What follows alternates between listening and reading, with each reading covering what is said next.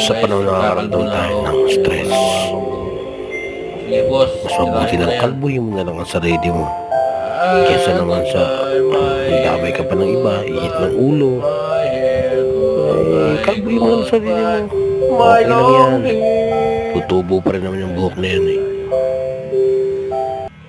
Sawa na po ako sa mahaba buhok guys. Kalbo muna tayo. Sa panahong nakakaramdam kayo ng stress, ito ka pagtitrip ako kung akong buhok.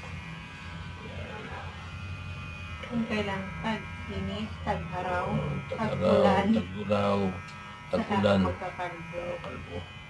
Nakakaramdam ng stress, buhay.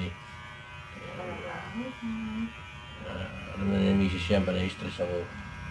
Talagang nag-iisin ako yung buhok ko. Buti nga ngayon may taga-kalbo na ako guys. Ayan guys. Alright. Ayan. How do I look? Para ba Shaolin ba? Shaolin ba? Shaolin ba nga?